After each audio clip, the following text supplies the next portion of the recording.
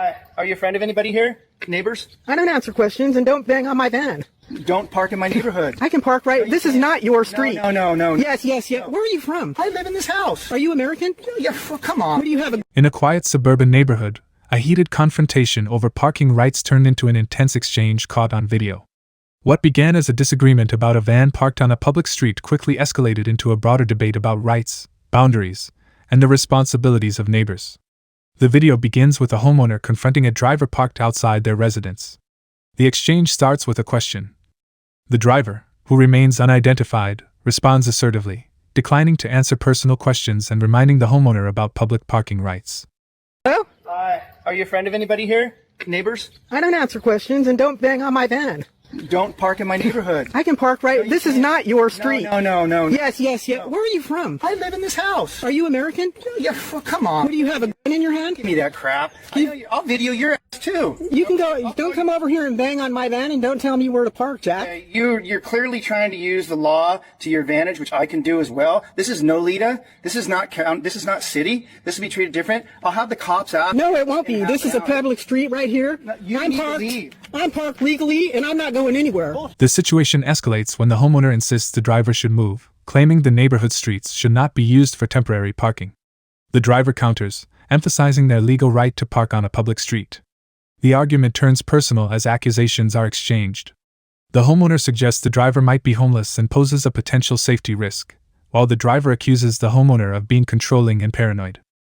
Family, neighborhood, and you can't be here. I can be wherever I want. This is America, and you need to learn that you don't violate people's rights and come up there and attack me and try to grab my camera equipment and tell me what the law is around here. Brian here? Yeah, just I need him. Sure. Come. If you want to live in a private neighborhood, you need to go live in a gated community where you have a guard and a gate that goes up and down. But you can't afford it, can you? Why don't you do yourself a favor?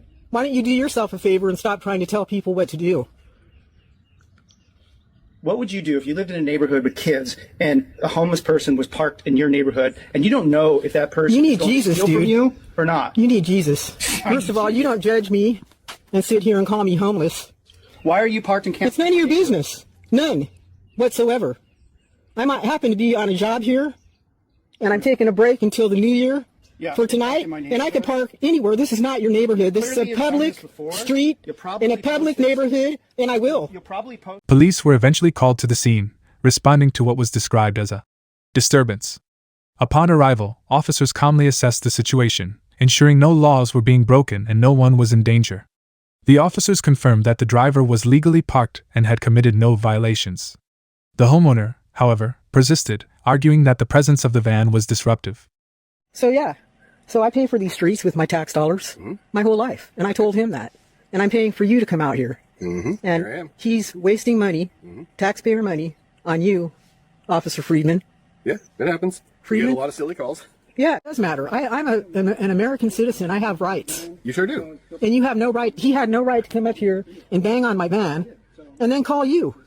And then both of you two come out here and talk to him and me as if I owe you some kind of explanation or conversation. Anything like that, ma'am. In all fairness, I asked you if you needed any assistance, right? What kind of assistance would I need? I don't know, but that was one of my first Absolutely questions, right? none. If I needed some, I'd go find some. Okay. God, and why I came out here. I don't think that's unreasonable. I even sort of opined that it was kind of a silly thing. Are you even listening to me?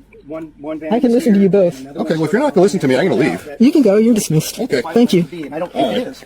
I think we're done here. He's dismissed. After several minutes of discussion, the officers diffused the tension and left the scene, assuring both parties that no further action was necessary.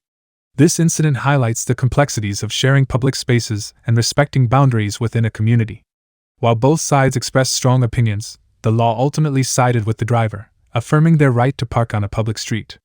As neighborhoods grow and evolve, so too does the need for understanding and patience among residents. Disputes like this remind us of the importance of communication, respect, and knowing our rights. For more stories about neighborhood dynamics and the challenges of modern living, subscribe to our channel and hit the notification bell. Unfair. It was unfair that you called. It's unfair that you came out here and did this to all of us. To him, making the situation a little bit and me. We're going to leave, all right? Yeah, they're pretty nice and professional. You. Ma'am, can you please stop it? So, Stop it? You started it. what do I do? You started it. There was nothing to do to begin with. Go back in your house. Stay on your own doorstep. She's yelling at me now. Don't you think Yelling at you? Don't you think what she's doing is wrong? Yes. What am I doing that's wrong? Yeah, doing nothing wrong. Yeah. Oh my God.